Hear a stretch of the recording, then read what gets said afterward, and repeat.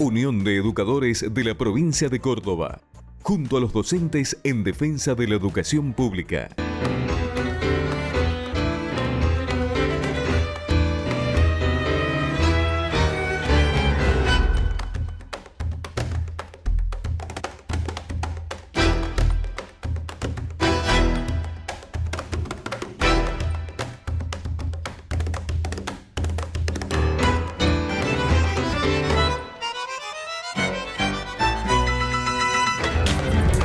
Muy bienvenidos a una nueva edición de Principio Activo Salud y Sociedad. Hoy vamos a hablar de escuelas fumigadas y de producción agroecológica, dos caras de una moneda. El material que vamos a compartir es de Werken Comunicación. Siempre decimos que la comunicación es una construcción colectiva y agradecemos a Werken compartir con nosotros esta producción donde Ana Zabaloy, docente, maestra rural, nos cuenta la experiencia que viven las escuelas fumigadas.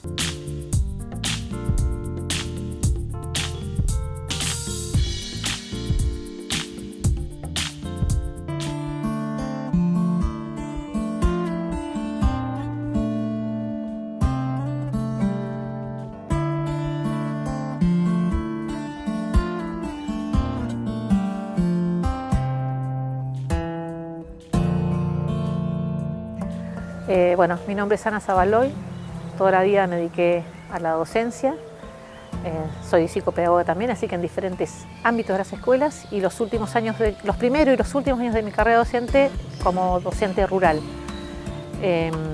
Y bueno, formo parte de la red de Docentes por la Vida.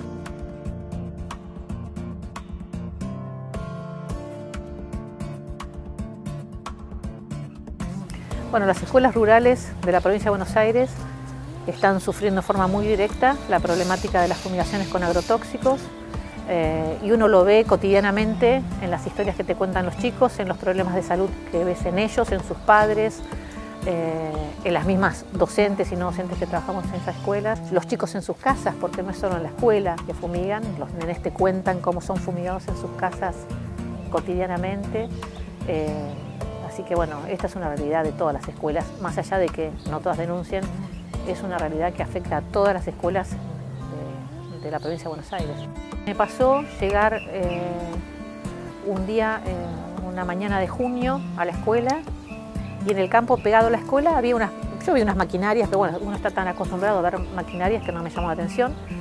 Entré a la escuela, bueno, cargada de cosas como uno va, en ese momento hasta llevábamos termos con agua caliente porque en la escuela no había gas. Había un olor fuertísimo y los nenes identificaron que era el olor del veneno del mosquito.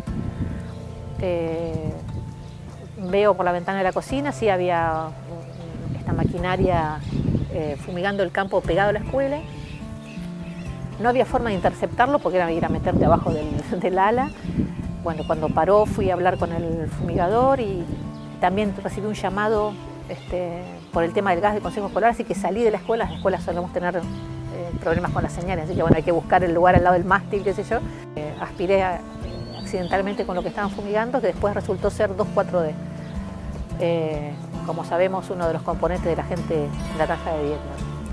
Y bueno, es muy neurotóxico, así que yo me volví a mi casa con la cara dormida y esto duró varios días, un par de semanas, no sé específicamente. Y bueno, a partir de ese acontecimiento los chicos y las familias empezaron a hablar, bueno, porque yo lo puse sobre la mesa también, empezaron a hablar de lo que les pasaba a ellos con las fumigaciones cotidianamente, cómo fumigan sobre sus casas.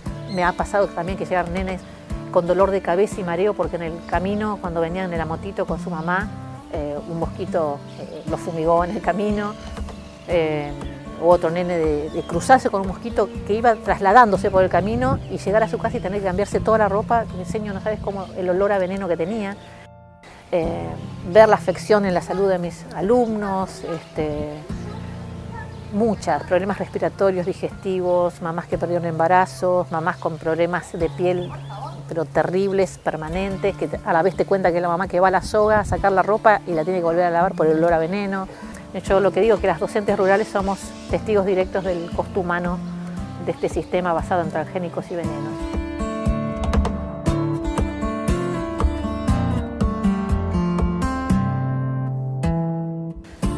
Y en relación a las instituciones del Estado, pasando por la misma Dirección General de Escuelas, que hablamos de inspectoras, de otros compañeros docentes también.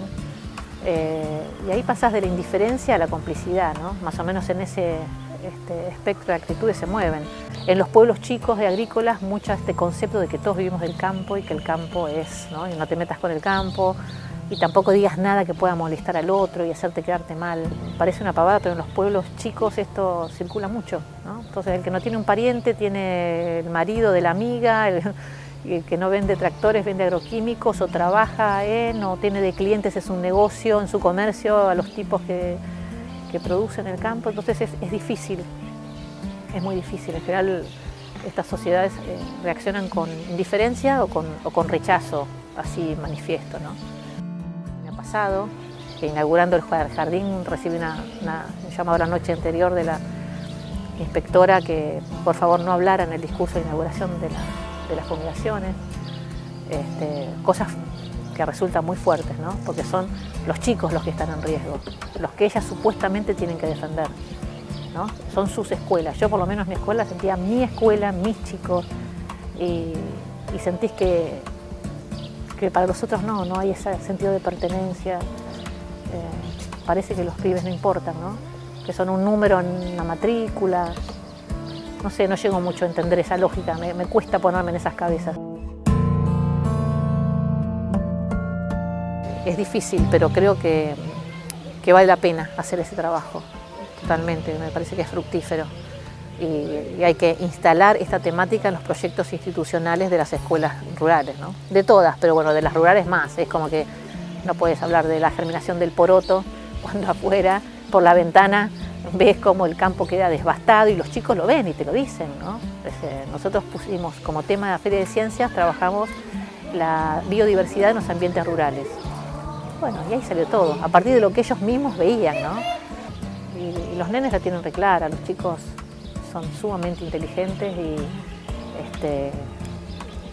y bueno, nada, este trabajo fue muy bueno, lo haría una y mil veces y creo que hay que replicarlo, por eso la Red de Docentes por la Vida tiene que ver con esto, con juntarnos las docentes de la provincia de Buenos Aires, que en general estamos solas en cada uno de nuestros pueblos, las que denunciamos. Algunas tienen la suerte de tener alguna asamblea, ¿no?, ambientalista que las apoya y poder sumarnos a denunciar esta situación, a trabajar en nuestras comunidades, alzar la voz frente a la Dirección General de Escuela, a los gremios, unirnos, porque cuando estás sola, y a mí me pasó al principio cuando empecé a denunciar esto en 2012, estás sola y no sabes para dónde salir, a quién pedirle ayuda y bueno, yo creo que las redes, el trabajo en comunidad es súper importante, ¿no?, en todo y bueno, en esto también aspiramos a que la red se fortalezca y haga fuerza.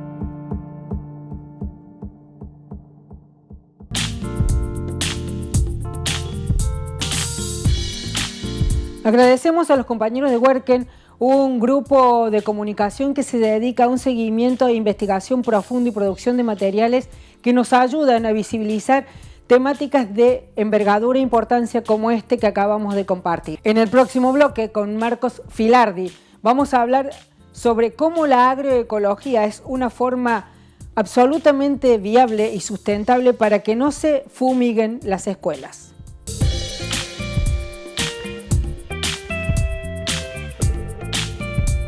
Unión de Educadores de la Provincia de Córdoba, junto a los docentes en defensa de la educación pública. Obra social del personal de la industria gráfica de la provincia de Córdoba. Defendemos el sistema solidario de atención de la salud. La salud es un derecho, no un negocio. Segundo bloque de Principio Activo, Salud y Sociedad. En el primero escuchábamos a Ana Zabaloy que nos explicaba cómo ella era testigo de lo que significa las fumigaciones en las escuelas rurales, lo que el modelo de producción agroindustrial genera, no solamente en la dependencia y la destrucción del suelo, sino también en la vida de la gente que vive en esa zona. Ahora con Marcos Filardi vamos a ensayar una respuesta que es absolutamente superadora, la agroecología.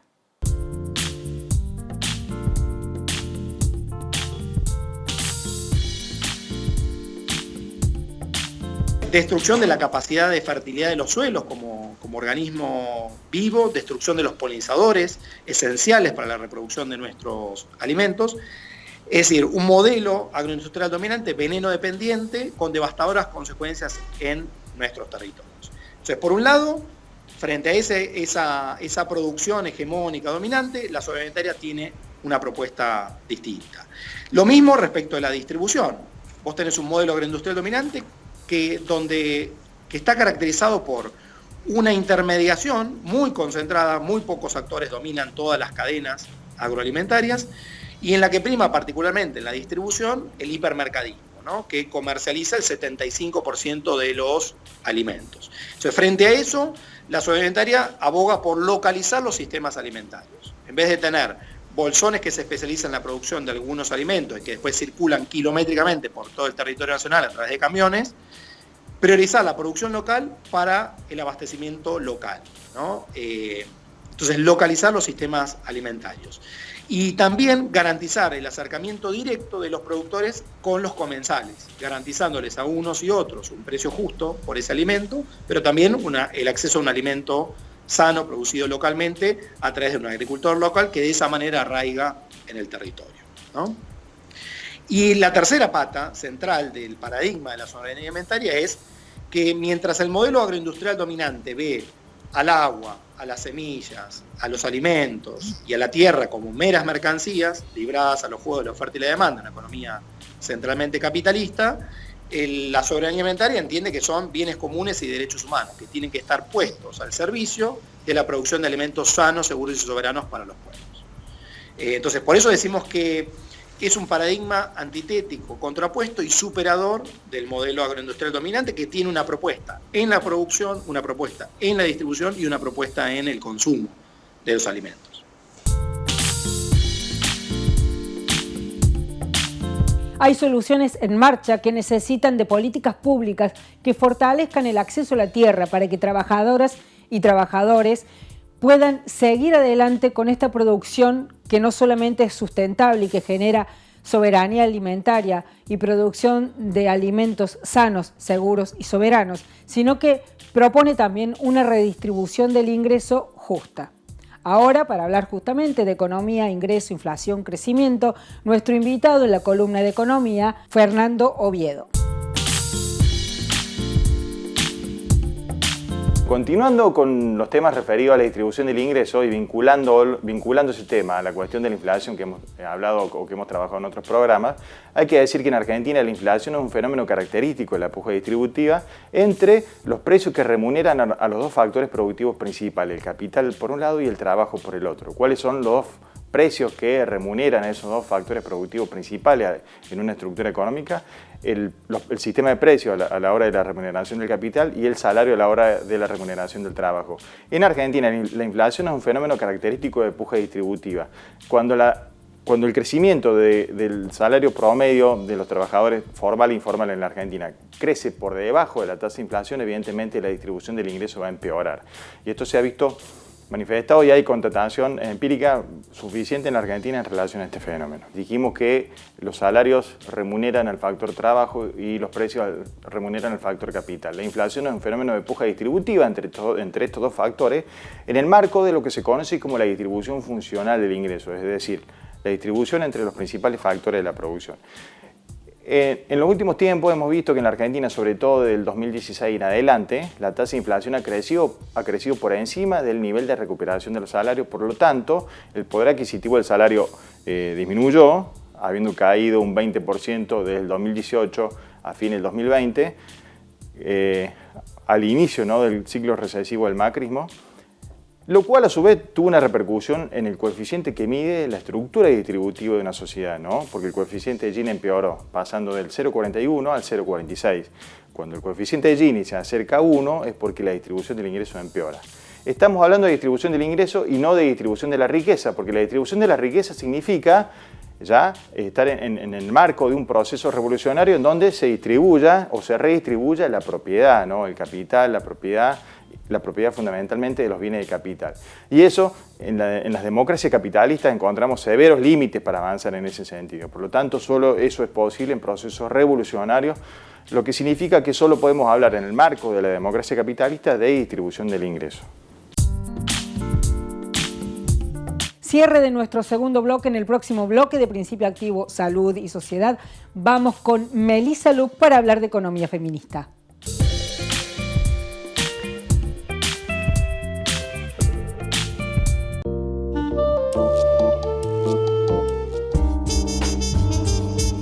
Asambleas virtuales, ventajas del mundo digital. En Code Sociedad Anónima, líder mundial en firma digital, junto a DDA, te ofrecen las ventajas de la asamblea virtual. Menos costo, más ágil, más simple, con validez legal y resguardo.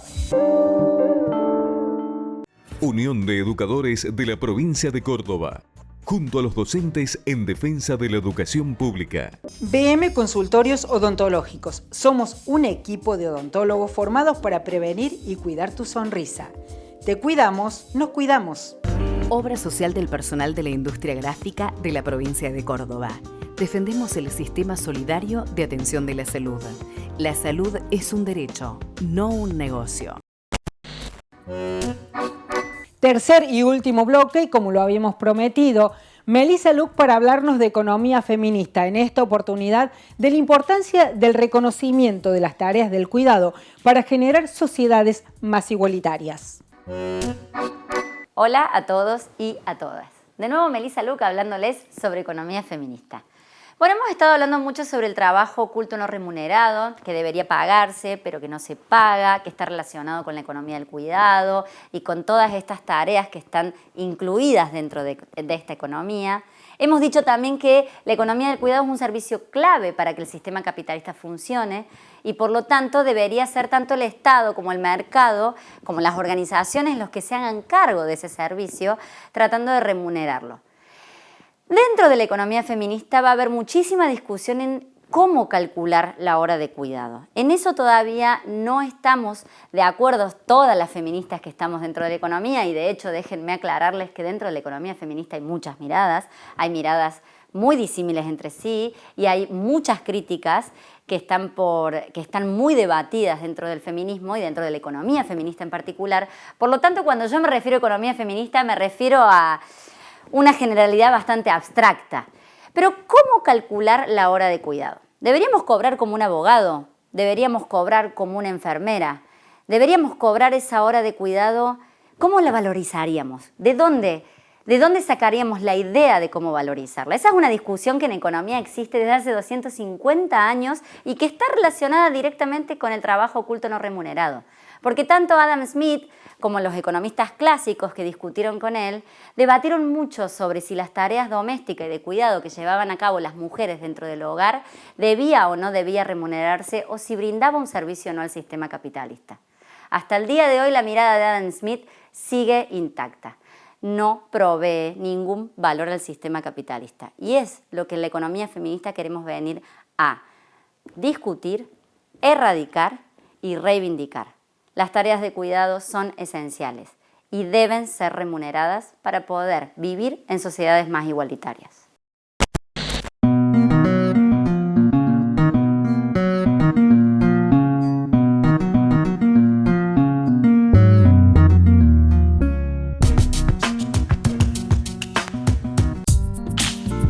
Como solemos decir desde este espacio, la comunicación que fluye por los grandes medios de comunicación deja afuera a cosas que son fundamentales y trascendentales no solamente para la vida del pueblo argentino, sino la construcción de respuestas colectivas a una situación grave que atraviesa no solamente la Argentina, sino el mundo. En esta oportunidad hablamos del reciente lanzamiento de la Mesa Agroalimentaria. La mesa que da de comer a los argentinos y no la que especula con el hambre de los argentinos. El campo que trabaja, el campo que produce, el campo que se organiza y redistribuye para todos los argentinos y no ese campo que especula con el hambre y que genera en el alimento un valor de especulación para la exportación.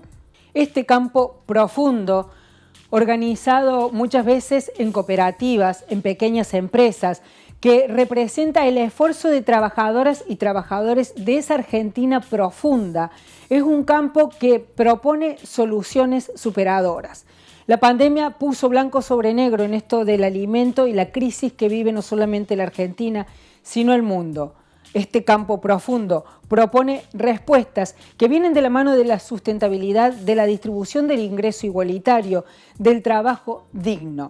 Un campo que se organiza para brindar soluciones superadoras en esto de tener alimento sano, seguro y soberano. Este campo que entiende el alimento como un derecho humano y no como un valor de cambio que puede ser usado para la dominación, propone la agroecología y las formas de producción sustentable sin dependencia de los agrotóxicos como una forma superadora, como una forma que tiene la posibilidad de generar alimento. Y con respecto a un mito que hay sobre que esta forma de producir no permite la producción a escala, por lo tanto la exportación, que es fundamental para la Argentina, también tienen respuestas y también demuestran que se puede producir y exportar sin especular con el hambre del pueblo. Esta lucha de dos modelos de producción de alimentos no es de ahora, tiene casi la edad de la Argentina.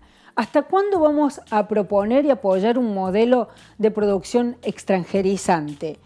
Siendo que hoy la soja tiene valores históricos, ¿por qué cuesta tanto que llegue el alimento a la mesa del pueblo argentino?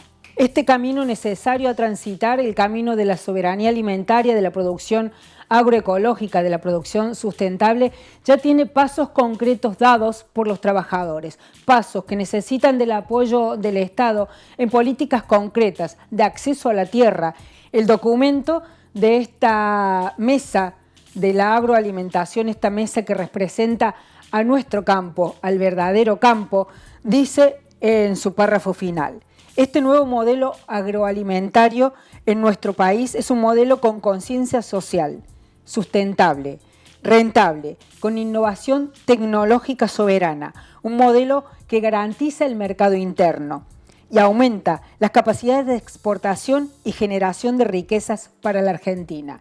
Es un modelo que es para el bien de todos los argentinos. Las soluciones están en marcha.